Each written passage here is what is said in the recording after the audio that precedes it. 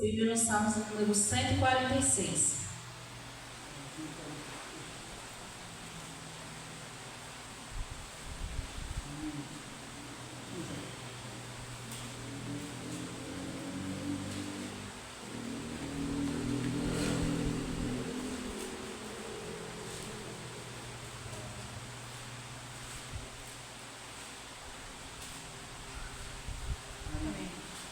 Salmo 146, a partir do versículo 1. Aleluia! Louva, ó minha alma, ao Senhor. Louvarei ao Senhor durante a minha vida. Cantarei louvores ao meu Deus enquanto eu viver. Não confio em príncipe, nem nos filhos dos homens, em quem não há salvação. Sai-lhes o espírito e eles tornam ao pó. Nesse mesmo dia perecem todos os seus desígnios.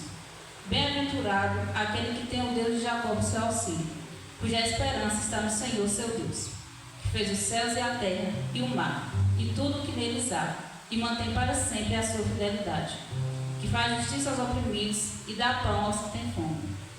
O Senhor liberta os encarcerados, o Senhor abre os olhos dos cegos, o Senhor levanta os abatidos, o Senhor ama os justos. O Senhor guarda o peregrino, ampara o órfão e a viúva, porém transforma o caminho dos ímpios.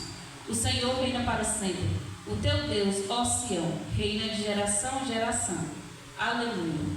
Então, nesse salmo, somos convidados a louvar o Senhor. No primeiro versículo vai falar: louvar a minha alma ao Senhor. Louvarei ao Senhor durante a minha vida. Então, que nessa noite a gente possa louvar ao Senhor, apesar de uns terem um dia cansativo, um dia que a gente tem muitos afazeres, mas que a gente possa dar o nosso 100% ao Senhor.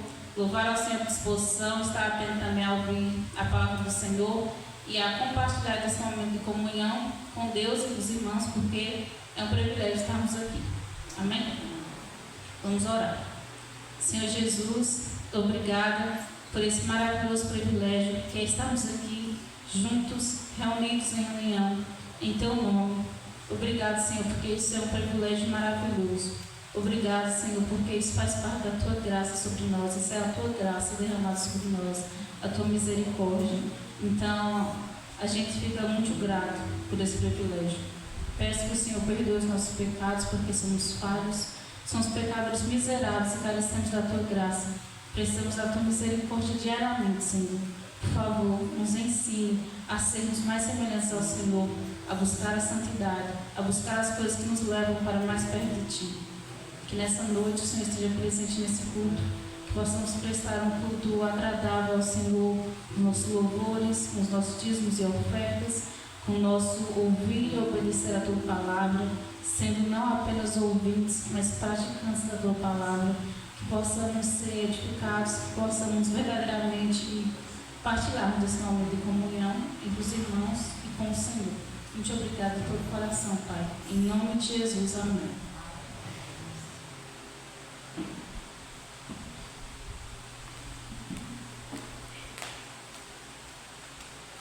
Boa noite, irmãos. Graças e paz. Amém. Amém? Vamos ficar de pé para adorar o Senhor.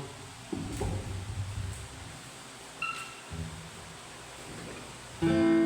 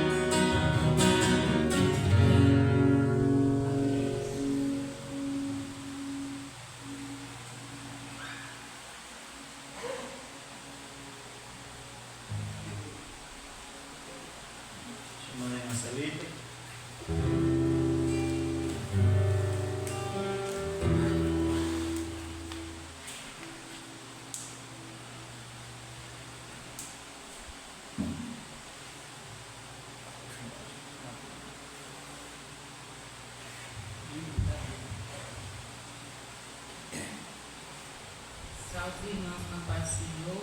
Amém. Vem Jesus, vem Jesus, Maranata, ora vem Senhor Jesus. Vem Jesus,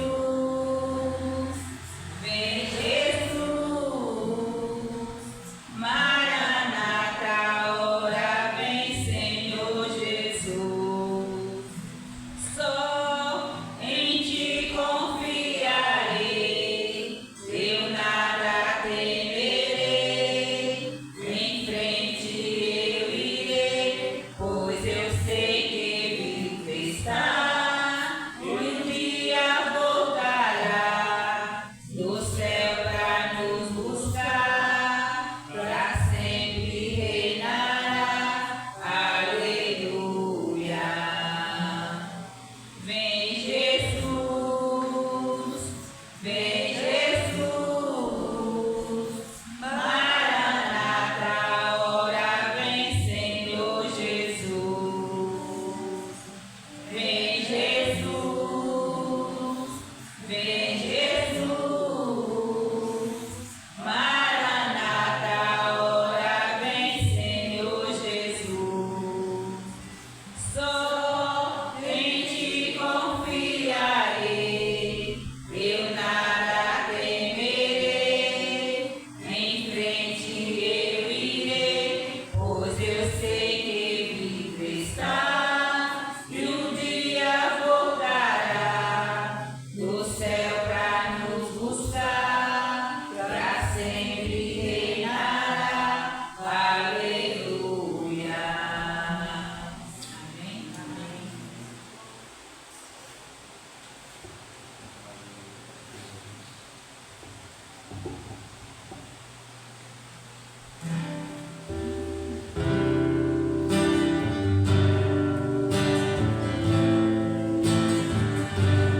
Os irmãos que trouxeram os dízimos e ofertas podem trazer também ao altar do Senhor, também em forma de adoração e de gratidão a Deus.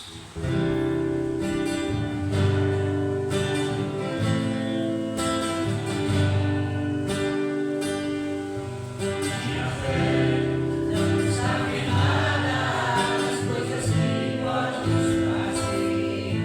Eu aprendi a te adorar pelo que é. Ele vem, sim, o amém. Somente dele, mais ninguém.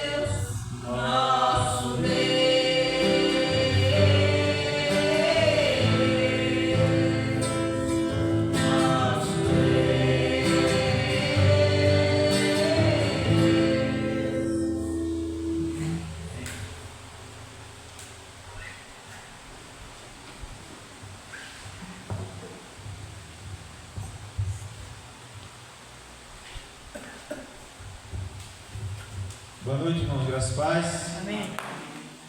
Vamos abrir a palavra do Senhor. Aonde? 1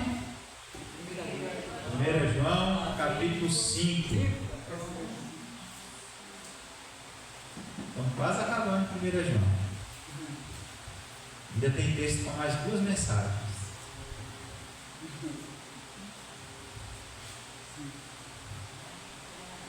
João, 1 João capítulo 5, os 5 primeiros versículos. Amém? Todos abriram? Amém. Diz assim a palavra do Senhor: todo aquele que crê que Jesus é o Cristo é nascido de Deus, e todo aquele que ama ao que o gerou também ama ao que dele é nascido. Nisto conhecemos que amamos os filhos de Deus, quando amamos a Deus e praticamos os seus mandamentos. Porque este é o amor de Deus, que guardamos os seus mandamentos. Ora, os seus mandamentos não são penosos, porque todo o que é nascido de Deus vence o mundo. E esta é a vitória que vence o mundo, a nossa fé. Quem é o que vence o mundo, senão aquele que crê ser Jesus, o Filho de Deus? Amém? Até aqui, vamos orar mais uma vez. Pai, bendito seja o teu nome. Obrigado por esse momento de louvor. Que privilégio poder estar em tua casa. Ó Deus, bendito seja o Senhor. Obrigado, Deus, pela disponibilidade dos irmãos em ofertar na tua casa, em dizimar ao Senhor. Obrigado, Senhor, ó Deus, porque o Senhor abriu essa porta, ó Deus, de pregação da tua palavra neste lugar, ó Deus, onde somos alimentados por ela, somos edificados por tua palavra, ó Deus, e agora, na ministração da mesma, ó Deus, que o Senhor ministre aos nossos corações, que o Senhor gere em nós reflexão, para que, se há algo a ser mudado, o Senhor possa estar mudando, em nome de Jesus, porque a tua palavra ela é poderosa para transformar vidas. E esse é o nosso desejo nessa noite, que o Senhor ministre aos nossos corações, em nome de Jesus. Amém. Amém. Irmãos, nós vivemos em um mundo marcado pela instabilidade. Nós vivemos em um mundo marcado pela a confusão moral, onde crescente oposição à verdade de Deus. Os irmãos, os crentes, os servos de Deus, eles enfrentam diariamente uma tensão entre os valores do reino de Deus e os valores desse mundo. Somos confrontados o tempo todo a muitas vezes negociar princípios e valores.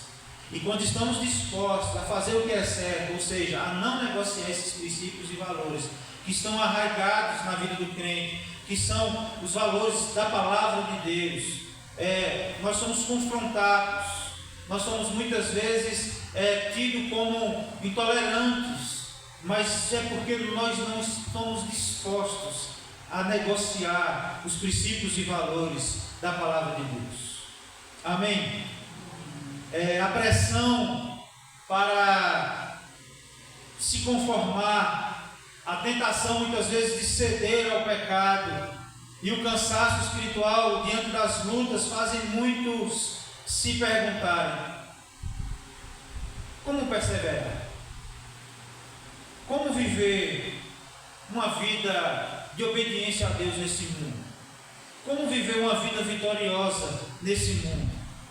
O apóstolo João, ele está, como nós vimos desde o início da exposição da carta de João, ele está escrevendo aos cristãos, e no momento em que os cristãos da igreja primitiva, eles estão cercados de não apenas um ato, cercados por falsos mestres, cercado por confusão doutrinária, e o apóstolo João, nesse momento, ele oferece uma resposta firme e uma resposta cheia de esperança.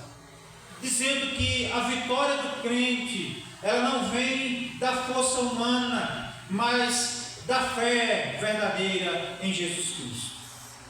Não é pela nossa própria força. Ele vem trazendo uma mensagem dizendo que não é pelo nosso próprio intelecto, pelo nosso excesso de conhecimento, pela nossa inteligência, pela riqueza, pela pobreza, pelo nosso esforço, mas é pela fé no Senhor Jesus Cristo. Ele é a base, Ele é o alicerce das nossas vidas, Ele é o alicerce que nos permite permanecer firmes nesse mundo que nos afronta o tempo todo. E no capítulo 5, Ele nos mostra que nos mostra que a fé salvadora não é apenas um ato intelectual, mas um fruto de um novo nascimento, operado por Deus, operado por meio de Cristo. E o texto vai nos dizer que, o apóstolo João vai nos dizer que essa fé produz amor, essa fé gera obediência, ela capacita o crente a vencer o mundo. É essa fé em Cristo Jesus que nos faz permanecer firme. João Calvino, ele falando sobre João, ele diz a fé, falando sobre fé, ele diz a fé é o princípio de toda piedade, é o instrumento pelo qual nós recebemos a Cristo e todas as suas bênçãos. É por meio da fé. Amém? Por meio da fé. Portanto, irmãos, nesse trecho da palavra de Deus, João nos mostra pelo menos 3 marcas fundamentais daquele que nasceu de Deus, daquele que realmente, em outras palavras, é convertido em Cristo Jesus. Amém? E eu gostaria de compartilhar com os irmãos sobre a fé que vence o mundo. Amém? A primeira lição que nós aprendemos, está dando microfonia para uma impressão minha? Não é isso não. Está dando um chiado, mas tudo bem. A primeira que nós aprendemos aqui com esse texto é que a fé em Cristo é marcada do novo nascimento. A fé em Cristo é marcada pelo novo nascimento. O verso 1 vai dizer assim: todo aquele que crê que Jesus é o Cristo é nascido de Deus. E todo aquele que ama ao que gerou, também ama ao que dele é nascido. Irmãos, João, ele não diz que cremos para nascer de Deus, mas ele diz assim, ele diz, em outras palavras, ele diz que quem crê já nasceu de Deus. Ou seja, ele está mostrando aqui que a obra, a fé, não vem de nós mesmos. Ele está dizendo que quem crê, não é que vai crer para entender que é nascido de Deus, mas creu porque já é nascido de Deus. Por isso que eu sempre digo, alguém que levanta a mão para Cristo, que decide servir a Cristo, antes que ele levante a mão, o Espírito Santo já fez algo no seu coração. Porque não há quem possa aceitar a Cristo sem que o Espírito Santo o convença. E ele diz que a fé é consequência da regeneração e não a sua causa. Isso confirma a doutrina reformada da soberania divina na salvação, da soberania de Deus na salvação do homem. Deus regenera o pecador morto espiritualmente e este então crê. E este então vai passar a crer naquilo que não pode ver. Jesus a palavra do Senhor já nos dizia: bem-aventurados que não viram, mas creram. Como é que a gente crê? Porque o Espírito Santo fez isso em nós. Amém?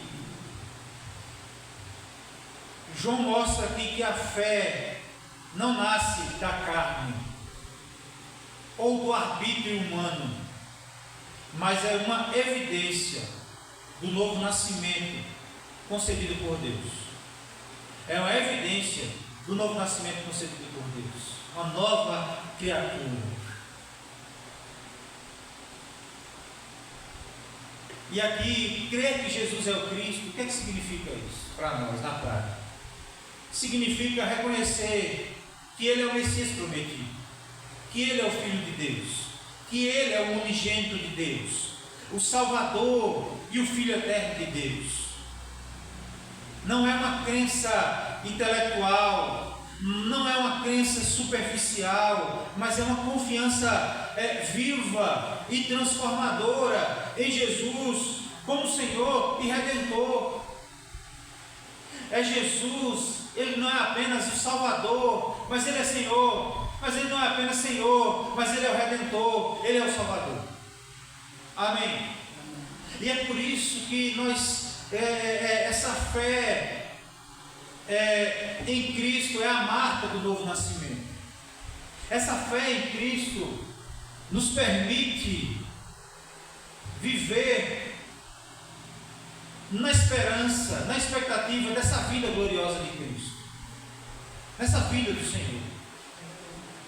É por isso que nós temos algo dentro de nós que ninguém pode arrancar. É por isso que na palavra do Senhor nos diz que nós não devemos temer aquele que pode tirar a nossa vida, a nossa carne, mas aquele que pode matar a nossa alma. Temer a Cristo, temer a Deus. E isso ninguém pode arrancar. A gente vai ver pessoas sendo perseguidas. A gente viu a semana passada, foi Tiago sendo morto à espada. Tiago não, eu confundo os nomes do povo. Um dos apóstolos sendo morto à espada, Pedro sendo preso e a perspectiva de que ele fosse morto também. Mas Deus, por graça, não permitiu. Mas depois Pedro é morto, crucificado de cabeça para baixo. Os apóstolos todos morreram. Quem morreria por causa de uma mentira? Quem morreria por causa de uma fé religiosa? Ou simplesmente por causa de um pensamento pessoal, intelectual? Ninguém morre por isso. Ninguém morre por uma mentira. Mas é porque eles tinham convicção de quem eles eram e do que Cristo tinha feito por eles. E eles chegam a declarar que a vida deles não é desse mundo.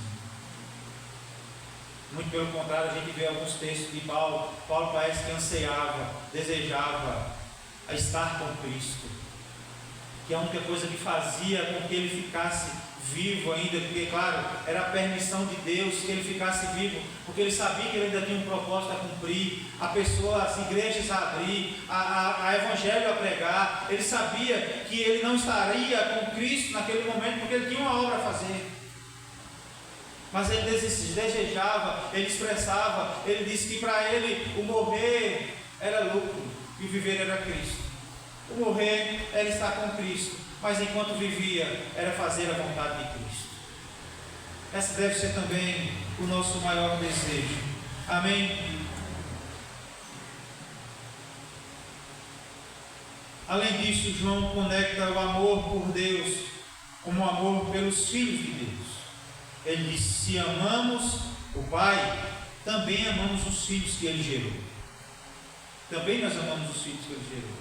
Ou seja, o novo nascimento cria uma nova família espiritual. Uma nova família espiritual. O amor fraternal é a resposta natural da regeneração.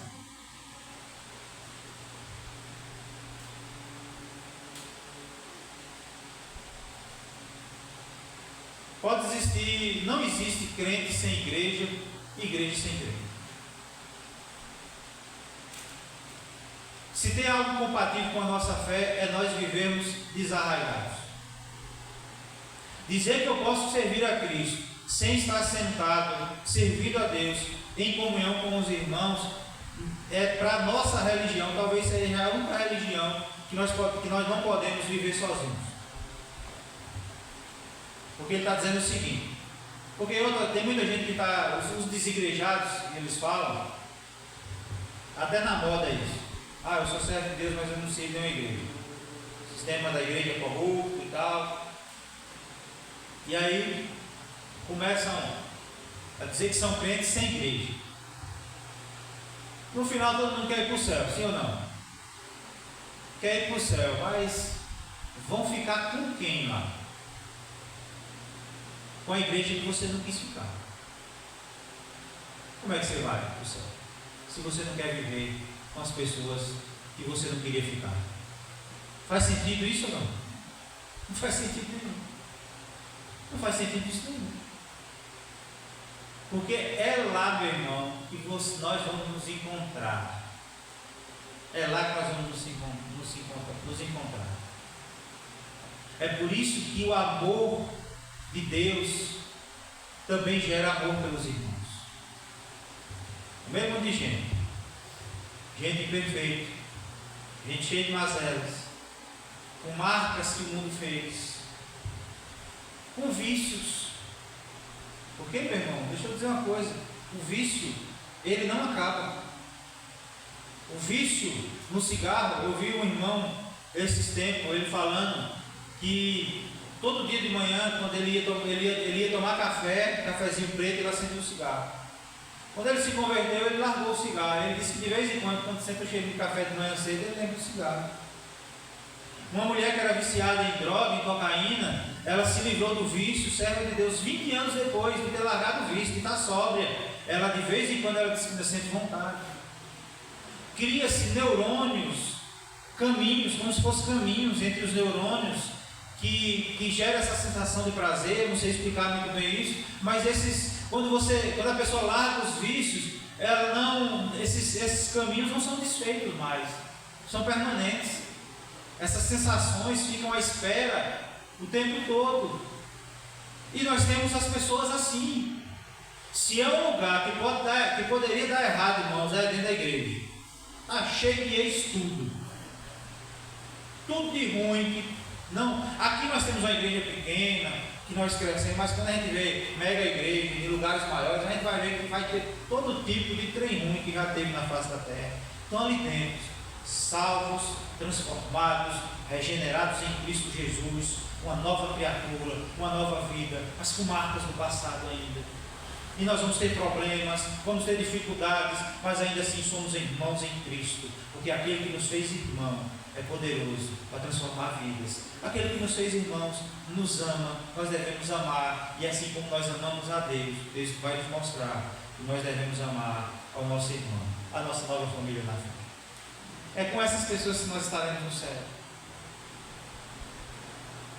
Não faz sentido nenhum estar longe da igreja, sem comunhão com os irmãos e querer estar em comunhão com Deus.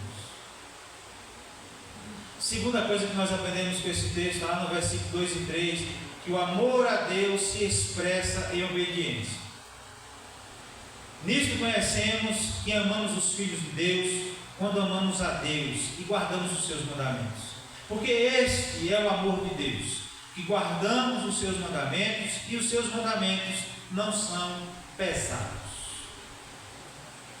João, aqui, ele inverte a lógica usual. Ele normalmente pensaríamos que amamos a Deus se amamos os irmãos. Mas aqui ele afirma que só amamos verdadeiramente os irmãos quando nós amamos a Deus e guardamos os seus mandamentos. E aqui, irmãos, isso mostra que o amor fraternal precisa estar ancorado junto em Deus, não apenas baseado no sentimento. É por isso que ele fala sobre a obediência, que a obediência não é um fardo para o regenerado, mas um deleite, um prazer. Porque a Bíblia diz assim, Deus não está falando assim, desenvolva um sentimento de amor pelo seu irmão. Ele está dizendo no imperativo, amai-vos uns aos outros. Amai o seu irmão. Aquele que diz que não ama o seu irmão e diz que ama a Deus é mentiroso. Pois é, como pode dizer que ama a Deus a quem não vê e odeia o seu irmão a quem vê?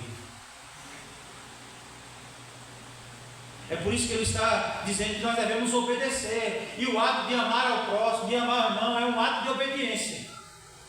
Porque está no imperativo, amai-vos uns aos outros.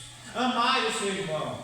não está condicionado a um sentimento, a um desejo, não, mas uma necessidade de obedecer. E o texto vai nos dizer, irmãos, que esse desejo de obedecer a Deus não é um peso, mas é um prazer obedecer a Deus. Henry vai dizer: os mandamentos de Deus são justos, santos e bons. Para o homem carnal são fardos, para o homem espiritual são delícias. Ele vai dizer isso nos seus livros.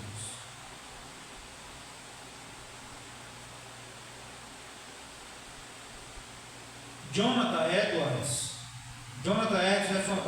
é famoso pelo sermão Pecadores nas mãos de um Deus irado. Ele diz: a obediência evangélica não é motivada pelo medo da punição, mas pelo amor a Deus e o fruto da graça soberana.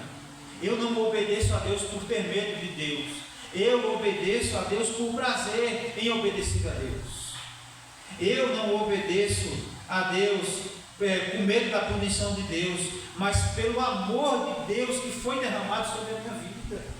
A gente reconhece tanto a graça manifesta do Senhor sobre nossas vidas, que nós falamos, desejamos obedecê-lo por prazer, por deleite. E é por isso que João fala: os seus mandamentos não são pesados. Não porque sejam fáceis, mas é porque o Espírito Santo habita em nós. O Espírito Santo, ele nos capacita a obedecer, e a obedecer com alegria. Às vezes, irmãos, o mundo não consegue compreender isso. Às vezes o mundo olha para a gente e ele não consegue obedecer isso, compreender isso, de que obedecer a Deus não é um fardo, é um prazer. Se abster dos prazeres que o mundo nos oferece, que aquilo que nos afeta o nosso corpo, aquilo que vai de encontro aos valores e princípios de Deus, não é um fardo, é um prazer. Não é porque eu estou preso a uma religião, mas é porque eu sou livre para dizer não ao pecado, para dizer não ao mundo. Hoje eu fui liberto, agora eu fui liberto em Cristo Jesus. Os grilhões foram quebrados, como Pedro, que os grilhões caíram, que os grilhões foram quebrados daquela prisão. Ele foi livre, não houve quem pudesse impedir dele fazer a sua obra. Assim nós também tivemos nossos grilhões, pois outrora nós estávamos presos em nossos delitos e pecados, mortos em nossos delitos e pecados, mas recebemos vida em Cristo Jesus e liberdade em Cristo Jesus. E agora nós somos livres para dizer não ao pecado. Em Cristo nós somos livres. Obrigado. Minha água tem caído no esgoto.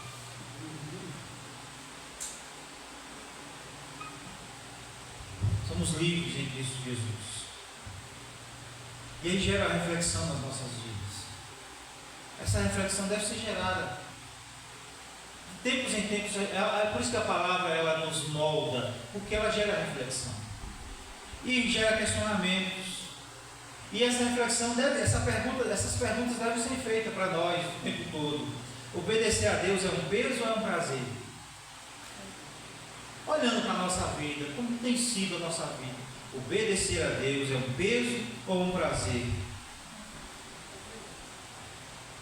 A gente sabe que nós não somos perfeitos, mas há um desejo de obedecer.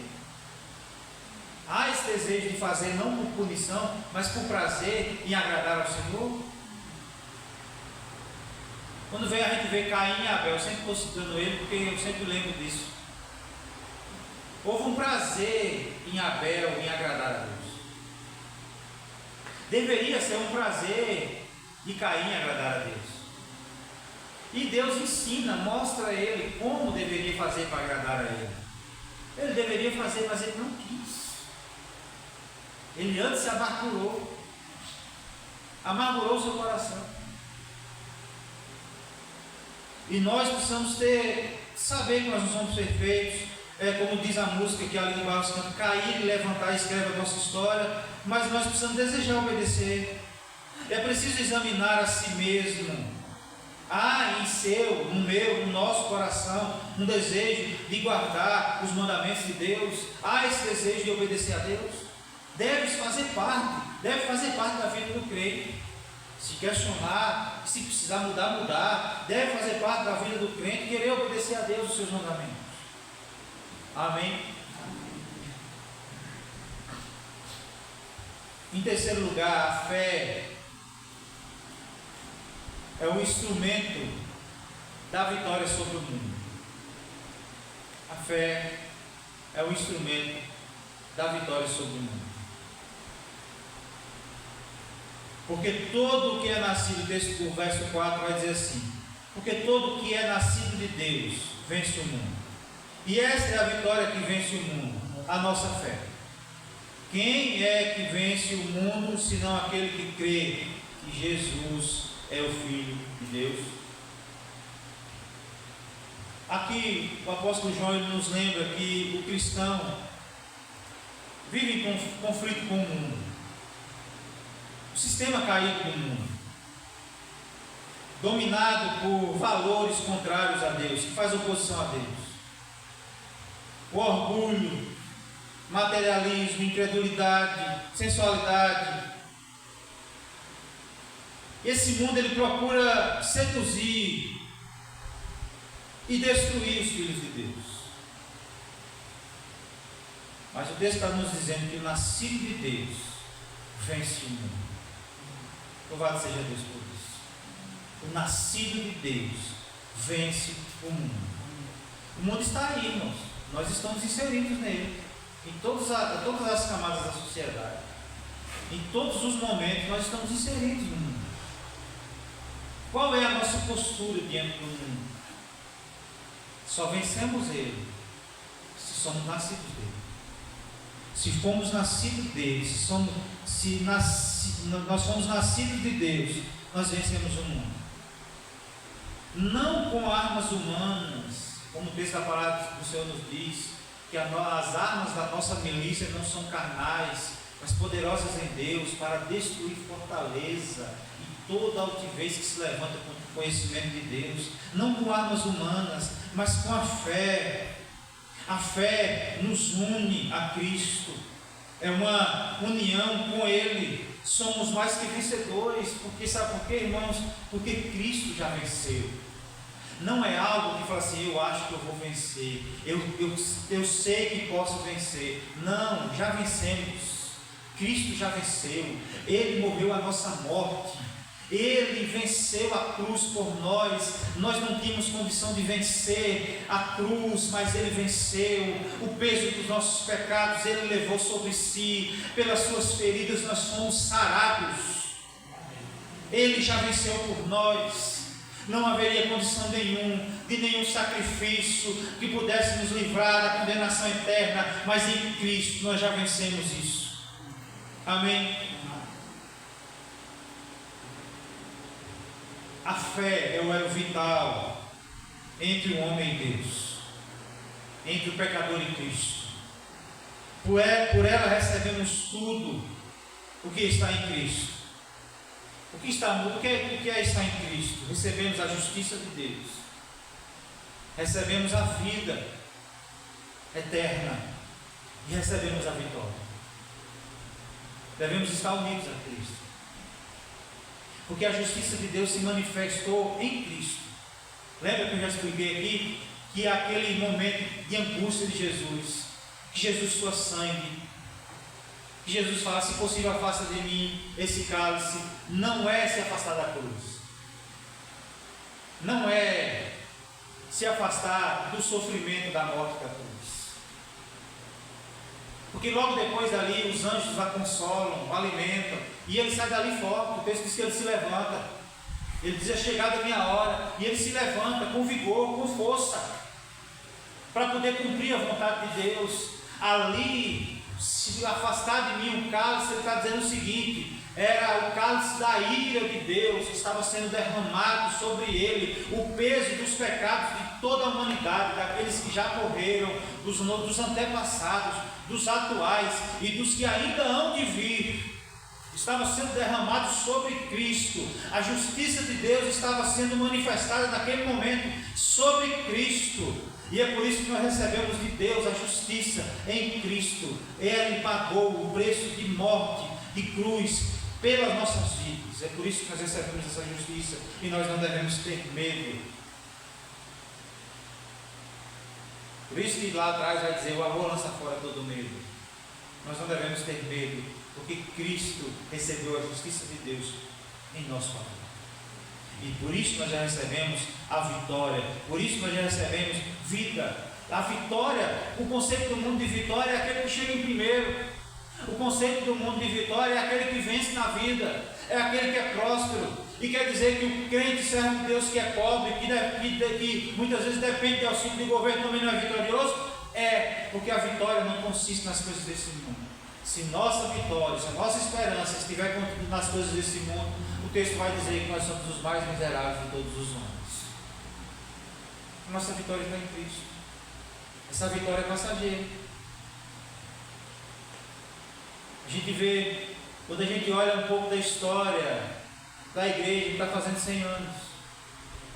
Ninguém que fundou a igreja está mais entre nós. Muitos na caminhada já pereceram, já ficaram para trás.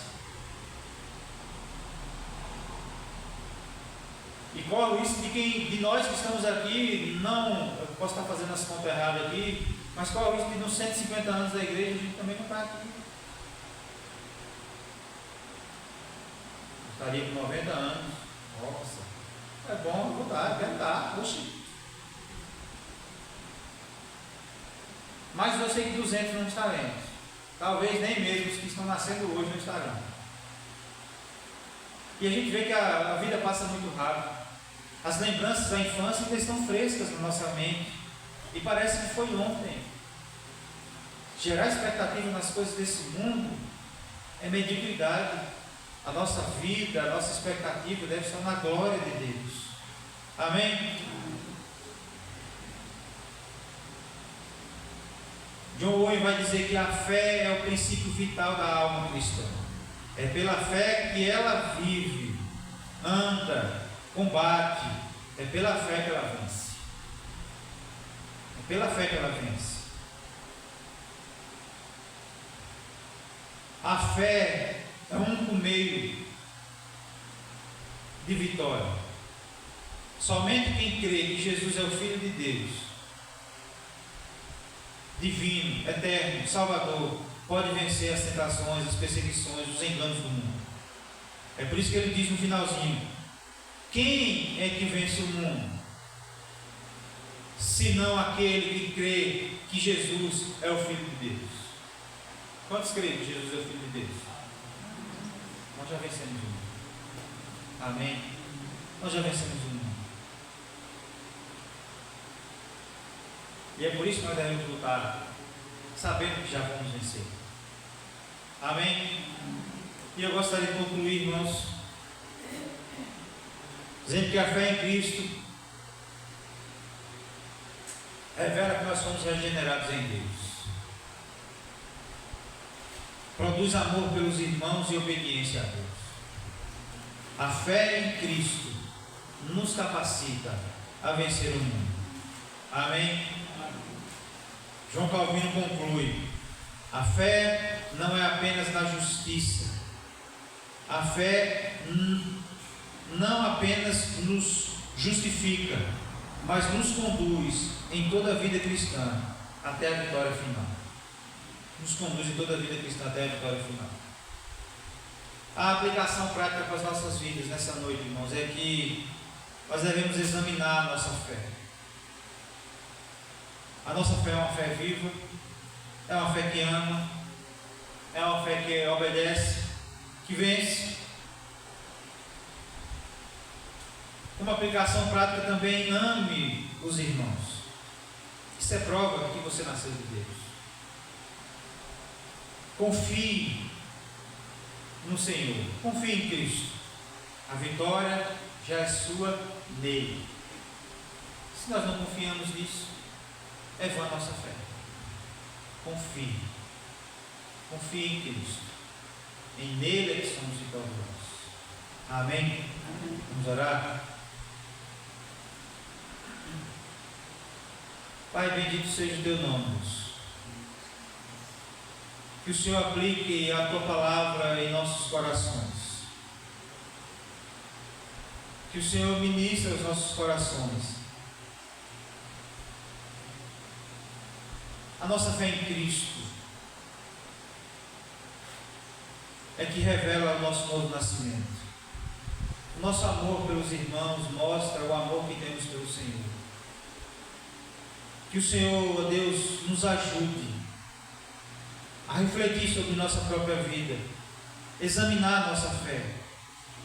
Se a nossa fé é uma fé viva, uma fé prática, que ama, que obedece, que vence. Ó Deus, que o Senhor nos ajude em nome de Jesus. Que o Senhor nos ajude em tempos de dificuldade a confiar em Cristo, porque a nossa vitória está no Senhor. Nos ajuda, ó Deus, em tempos difíceis. Nos ajude a confiar no Senhor. Ó Deus, que o Senhor nos leve em paz para os nossos lares. Que a mão do Senhor esteja sobre cada um de nós. Ó Deus, em nome de Jesus Cristo. Que haja um desejo no nosso coração de poder, no próximo domingo, estar aqui na tua casa, em comunhão com os irmãos também, para adorar o Senhor e ouvir o que o Senhor tem para nós nesse dia. Ó Deus, nós oramos assim em nome de Jesus e para a glória do Senhor Jesus. Amém. Amém.